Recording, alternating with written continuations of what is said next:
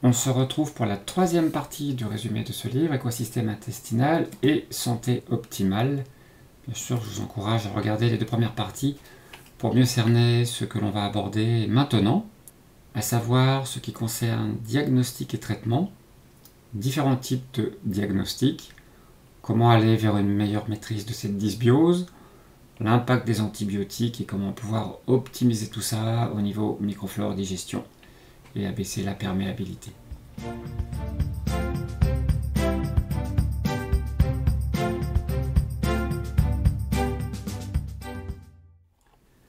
Au niveau des diagnostics cliniques, donc on se rappelle qu'une dysbiose, c'est la rupture de l'équilibre entre les micro-organismes protecteurs vis-à-vis des micro-organismes nocifs.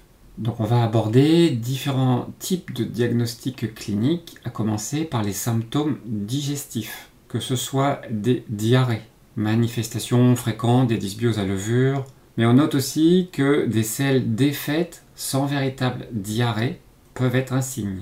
L'absence de selles moulées signe une anomalie de la digestion, qu'il s'agisse d'un déséquilibre de la microflore, d'une allergie alimentaire, d'une pathologie intestinale inflammatoire infectieuse. On peut aussi avoir des constipations. Étonnamment, elle peut aussi bien refléter une prolifération intestinale des levures que la diarrhée. On verra surtout une alternance des deux états. Un autre symptôme est le syndrome du côlon irritable. On peut avoir aussi des ballonnements. Il représente une plainte majeure chez les patients dysbiotiques, d'autant plus qu'il ne faut pas oublier le caractère fermentant des levures. Ces ballonnements existent aussi en cas de dysbiose de putréfaction, avec pullulation des bactéries putréfiantes. Il n'est pas facile de distinguer la dysbiose de fermentation et celle de putréfaction. Il peut s'agir aussi de spasmes et de crampes. On peut avoir aussi l'halitose ou la mauvaise haleine. Elle est souvent présente et ce symptôme n'est malheureusement guère perçu par le patient, qui s'y habitue ou préfère l'ignorer. Mais son interlocuteur ne s'y trompe évidemment pas. L'amélioration de ce signe constitue un bon témoin des progrès d'une dysbiose intestinale fongique, même si bien d'autres causes inconnues existent. On peut aussi avoir la langue chargée, et enfin, dernier symptôme digestif, une surcharge hépatique, l'augmentation de la perméabilité intestinale consécutive à la prolifération fongique facilite une entrée massive de toxines dans l'organisme. Et ces dernières surchargent les voies de détoxication hépatique, et les patients peuvent en ressentir les effets, comme une moindre tolérance à l'alcool par exemple. Dans ce cadre, nous rappelons le caractère hépatotoxique des traitements médicamenteux antifongiques. Deuxième catégorie de diagnostic clinique, les symptômes neurologiques. Ceux-ci reviennent avec plus de constance que les troubles digestifs. On pense généralement que les symptômes neurologiques sont liés à l'action délétère des mycotoxines sur le système nerveux. Tout d'abord la fatigue. Elle constitue une pierre angulaire des dysbioses fongiques, car elle survient non seulement suite au phénomène infectieux, et aussi à la surcharge de la détoxication hépatique, qui est très coûteuse en énergie. On aura aussi l'action des mycotoxines sur le cerveau. Une relation a été évoquée entre la candidose intestinale chronique et le syndrome de fatigue chronique, confirmée par l'amélioration obtenue grâce aux antifongiques et grâce à une diète spéciale contre la candidose. Nous avons aussi la dépression. Elle afflige ces sujets de manière spectaculaire. Il faut souligner la vitesse avec laquelle les plaintes dépressives disparaissent sous traitement antifongique. Nous avons aussi l'humeur fluctuante. L'humeur des patients atteints de dysbiose fongique peut changer du tout au tout en quelques minutes. Ce phénomène provient de l'action des mycotoxines. Nous avons les céphalées. Nous avons les pensées confuses. De nombreux patients rapportent un brouillard mental, une incapacité à se concentrer. Nous avons aussi des pertes de mémoire. Nous avons aussi l'anxiété, potentiellement de la narcolepsie, et paradoxalement, nous pouvons avoir aussi des insomnies. Et enfin, une attirance pour les sucres, sujet important. Ceci permet évidemment aux levures de se multiplier, d'où un redoutable cercle vicieux. Les patients qui ne respectent pas les consignes d'abstinence complète en sucre rapide méritent notre indulgence car ils subissent parfois de véritables pulsions. Dans les diagnostics cliniques, nous avons les symptômes dermatologiques. Toutes les localisations possibles d'une infection fongique cutanée, muqueuse ou des phanères se rencontrent plus fréquemment en cas de dysbiose intestinale à levure. Nous pouvons aussi avoir dans les symptômes dermatologiques de l'acné une relation classique où l'affection dermatologique pourrait aussi exprimer une inflammation de la muqueuse intestinale. Le psoriasis, l'urticaire, l'eczéma et enfin les prurites Nous avons aussi les symptômes infectieux. La colonisation intestinale par les levures entraîne une baisse de l'immunité. Dès lors, on rencontre souvent chez ces patients des infections récidivantes telles que otite, sinusite, rhinite, pharyngite, laryngite, trachéite, bronchite, cystite, prostatite, vulvovaginite, etc. Évidemment, le rôle aggravant des antibiothérapies répétitives, souvent administrées dans ces situations, suscite un cercle vicieux redoutable car elles favorisent la prolifération fongique. Nous avons les symptômes immunologiques. On retrouve dans ce paragraphe les conséquences classiques du leaky gut syndrome telles que décrites précédemment, à savoir les affections allergiques, auto-immunes et inflammatoires. Puis nous aurons tous les symptômes algiques, toutes les douleurs, que ce soit des arthralgies avec un développement qui n'a rien de surprenant vu ce qui précède, c'est même une manifestation typique du leaky gut syndrome. Et les arthralgies s'améliorent spectaculairement avec la prise en charge de ce dysfonctionnement. Nous aurons aussi des lombalgies, les tendinites. Les cliniciens connaissent cette relation entre une prolifération intestinale fongique et le caractère rebelle de certaines tendinites. Nous avons enfin la tétanie. Nous avons aussi les symptômes particuliers aux femmes avec les cystites, aussi des vulvovaginites. Un article de 1977 soulignait l'intérêt de contrôler la prolifération fongique intestinale pour mettre fin aux vaginites répétitives, dont le traitement local n'empêche pas les multiples récidives. Nous aurons aussi les dysménorrhées, perturbations des règles. Nous avons aussi le syndrome prémenstruel. Il existe effectivement une théorie de la prolifération fongique expliquant le syndrome prémenstruel. Nous pouvons avoir des pertes de libido.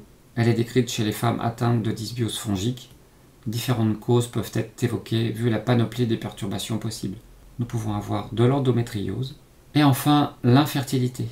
Nous avons des symptômes particuliers aux enfants, comme les otites, les pharyngites, laryngites, trachéites, sinusite, bronchite. Les symptômes des sportifs, les problèmes s'arrangeant quasi miraculeusement lors de la prolifération fongique maîtrisée. Passons maintenant au diagnostic coprologique. Tout d'abord avec une coprologie fonctionnelle avec un examen macroscopique au niveau des selles.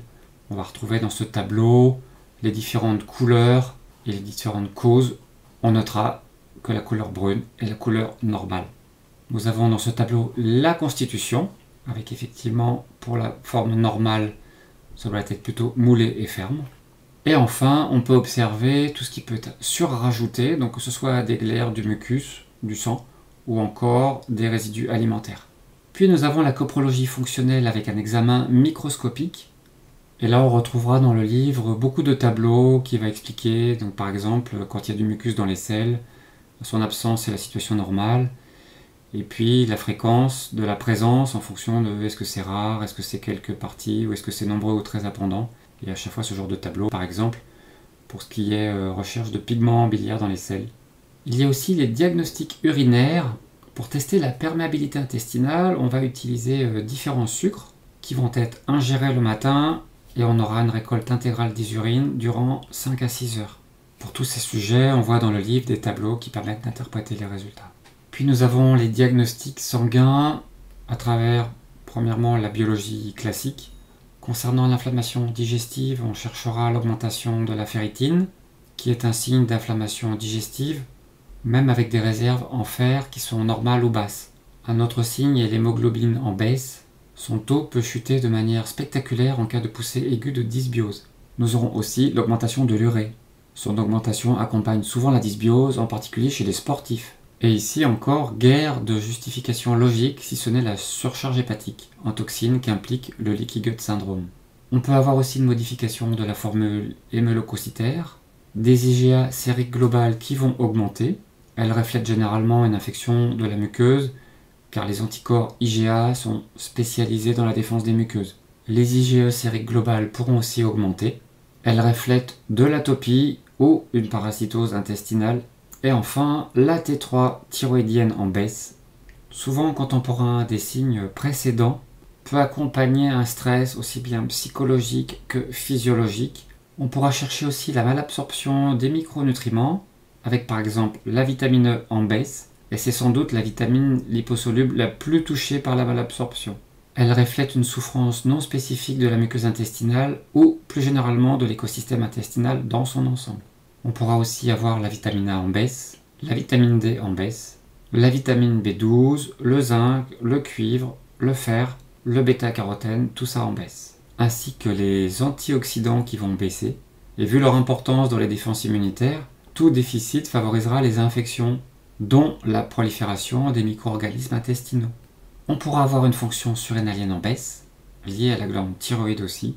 Avec la glande thyroïde, les glandes surrénales conditionnent la qualité des défenses immunitaires. Et la dysbiose intestinale tend donc à survenir dès que l'activité surrénalienne faiblit.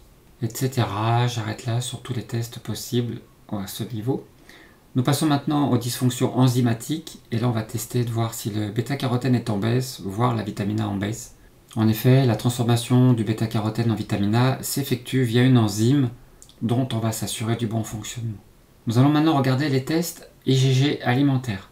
À chaque fois dans ces chapitres, il nous détaille les mesures pratiques, les interprétations et les particularités.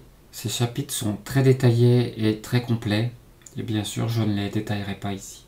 On insistera beaucoup sur les produits laitiers et tout ce qui est gliadine pour les produits à gluten. Quand on aura des valeurs hautes généralisées, on va suggérer un dysfonctionnement de l'écosystème intestinal, souvent consécutif à une dysbiose ou à une parasitose, voire une maladie intestinale inflammatoire ou une réaction immunitaire envers certains aliments. Et dans une telle éventualité, on commencera par exclure, en tenant compte des signes cliniques, une allergie à la gliadine ou une maladie cœliaque devra être prioritairement envisagée. Les produits laitiers seront testés d'office. Dans le cas de profils d'IgG globalement hauts, il n'est pas question d'exclure tous les aliments présentant une valeur supérieure à 10. On se contentera d'exclure les aliments au plus haut taux, souvent les produits laitiers et les céréales à gluten, voire les sucres rapides ou les poivres, puis on ajustera des rotations régulières pour les autres aliments, idéalement sur un rythme de 2 fois par semaine. Et l'auteur souligne sur le fait qu'une grande variété alimentaire apporte toute son aide.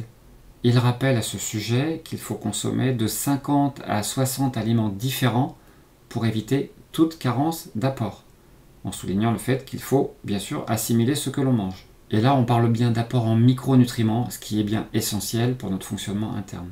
Passons maintenant à la maîtrise de la dysbiose. Il nous parle tout d'abord des médicaments et il nous dit que c'est à reléguer en dernier choix. Puis nous avons les antimicrobiens naturels, avec par exemple les extraits de pépins de pamplemousse, qui a une activité comparable à certains médicaments avec un spectre beaucoup plus large. La lactoferrine, l'acide caprylique de la noix de coco, l'origan, dont l'huile essentielle est bien connue et a un effet important sur les candidats albicans. C'est un des premiers choix pour l'auteur. Nous avons aussi l'huile essentielle de thym, le saule d'or, la peau d'arco, l'arbre à thé, le noyer noir, l'aloès, etc. Il détaille tout ça dans le livre. Après, nous parlons des antiprotozoaires avec l'ail, l'absinthe, le potiron, la girofle, et il parle de les associer ou de les alterner tous les 10 jours, en les utilisant des mois s'il le faut. Mais il insiste ici et à plein d'autres endroits à faire attention à l'équilibre délicat du microbiote. Il faut éviter l'éradication complète des levures au risque de voir se développer exagérément d'autres pathologies. Puis il y a un chapitre sur les mesures nutritionnelles qui sont en finale peu développées dans ce livre. Il nous parle d'éviter les sucres rapides, les excès de glucides, même complexes, une des premières causes de dysbiose fongique. Il nous invite à éviter les manques de lipides avec les oméga 3 entre autres, de bien nourrir l'écosystème avec des fibres végétales et des protéines pour rassasier les colonocytes en butyrate, et d'exclure les aliments allergisants. Il nous reparle du lait en citant qu'il y a beaucoup de laits végétaux et que l'on peut les alterner. Et il nous rappelle les sources multiples de calcium dans l'alimentation. Donc oublions nos produits laitiers qui ne sont certainement pas nos amis pour la vie. Pour le cas des céréales, concernant leur exclusion, il va distinguer différents cas de figure. Il va classer en 3 catégories les féculents. En zone A, on aura les céréales défendues aux patients atteints de maladie cœliaque et à tous ceux présentant une allergie à IgG, à la gliadine et au gluten. En zone B, on mentionne les céréales ne contenant pas de gliadine, d'ordéine ou de sécaline, préférables aux précédentes pour les allergies, mais ce sont des céréales. Et en zone C, il va énumérer les féculents non céréaliers moins allergisants que les céréales et idéaux pour remplacer les céréales défendues, surtout en les alternant. Donc en zone C, on aura les pommes de terre, les patates douces, les haricots communs, le soja, le sarrasin, quinoa, l'amarante, manioc, tapioca, etc. Il insiste sur le quinoa qui est une bonne source. Donc l'exclusion des aliments responsables d'une allergie à IgG est susceptible d'améliorer un grand nombre de plaintes, dont on ne penserait pas a priori qu'elles sont liées à une allergie alimentaire. Puis il nous parle des agresseurs de l'écosystème, avec les médicaments, que ce soit des antibiothérapies, des IPP ou les AINS, de l'alcool, où une consommation élevée, même ponctuelle, peut provoquer des saignements et l'érosion de la muqueuse du jéjunum, avec une prévalence accrue de SIBO, et une diminution de l'absorption des vitamines et des nutriments, qui amplifie les déficits en vitamine B, surtout la B1. Le stress aussi, qui assèche littéralement les sécrétions digestives, gastriques, pancréatiques, salivaires. Prenons nos repas au calme et mâchez, en n'oubliant pas que le stress consomme le zinc et fait chuter les Natural Killer 1 et limite la conversion de l'hormone thyroïdienne T4 en T3. Nous avons aussi les épices fortes qui, pris en trop grande quantité, que ce soit poivre, piment, peuvent agresser la muqueuse de la bouche et des intestins. Un chapitre complet sur l'impact des antibiotiques, avec la résistance qui se développe de plus en plus, le déséquilibre de la flore qui en résulte avec une prolifération fongique qui sera facilitée, et une dysimmunité avec des études qui montrent que c'est facilitant pour la maladie de Crohn. D'autres études soulignent que l'utilisation d'antibiotiques au début de la vie va stimuler un glissement de la balance TH1-TH2 vers TH2, donc vers un terrain allergique en final au niveau réponse immunitaire. Le chapitre suivant est comment optimiser la microflore. Alors il nous parle des probiotiques et il conseille d'utiliser des produits qui appartiennent déjà à la microflore intestinale de l'homme, donc issus de bactéries de fermentation comme Lactobacillus et Bifidobacterium. Il nous fait une longue liste des bactéries utilisées comme probiotiques et présentes dans les intestins humains. Puis il va nous lister l'impact des différents probiotiques en fonction des différentes pathologies. Tout ça issu de nombreuses études. Par exemple, le syndrome du côlon irritable va être arrangé par Lactobacillus plantarum. En considération générale, il nous explique qu'il n'y a pas encore d'études à grande échelle et donc tous ces produits sont encore vendus sous forme de compléments alimentaires. Au niveau sécurité, il nous dit qu'ils sont globalement sûrs. Et il nous détaille après tout ce qui est fiabilité et viabilité, en précisant qu'au niveau posologie, ça dépend bien sûr, et qu'il faut 1 ou plusieurs milliards de germes vivants. Alors partie très importante, on va parler des prébiotiques maintenant. Ces produits qui stimulent sélectivement la croissance des bifidobactéries et des lactobacilles de l'intestin, afin d'augmenter la résistance naturelle de l'organisme face aux pathogènes. Donc prébiotiques égale les produits qui vont favoriser les bactéries, alors que les probiotiques ce sont des bactéries en tant que telles. Donc les principaux prébiotiques évalués chez l'homme, ce sont les fructanes ou les fructo-oligosaccharides, ou dit FOS, FOS, et les galacto-oligosaccharides, GOS. On retrouve ce genre de tableau qui insiste sur les meilleures sources qui sont les artichauts, les topinambours, la chicorée. Dit autrement, on retrouve pas mal de légumes et c'est l'idée toujours de varier les apports à travers ce dont on dispose dans la nature. Il va donc nous citer l'intérêt des prébiotiques dans la santé humaine, que ce soit pour les infections intestinales, la constipation, les cancers colorectaux, l'assimilation du magnésium, du calcium, tout ce qui est homéostasie des lipides. Il existe donc pas mal d'études qui vont préciser l'intérêt de tous ces prébiotiques que l'on trouve naturellement dans l'alimentation. Et il conclut en disant que tout ça donne des armes thérapeutiques nouvelles et puissantes. Un autre chapitre pour soutenir la digestion. Quand on est en dysbiose, on a une phase de digestion anormale. En tout cas, il insiste sur le fait de bien mâcher, de manger dans le calme et d'éviter de diluer les sécrétions gastriques avec trop de liquide. Dit autrement, boire en mangeant, à limiter le plus possible. Pour soutenir la digestion, on s'intéresse aussi aux enzymes digestives. Leur déficience peut être provoquée par des pancréatites, des gastrites ou encore une nourriture industrielle, car les enzymes sont détruites par les traitements, une mastication insuffisante ou des excès alimentaires, voire encore un régime déséquilibré, ou des allergies alimentaires, et aussi le leaky gut. Et il insiste sur le fait de toujours rechercher la cause et y remédier, par entre autres, à un rééquilibrage alimentaire. Puis le chapitre suivant nous parle d'abaisser la perméabilité.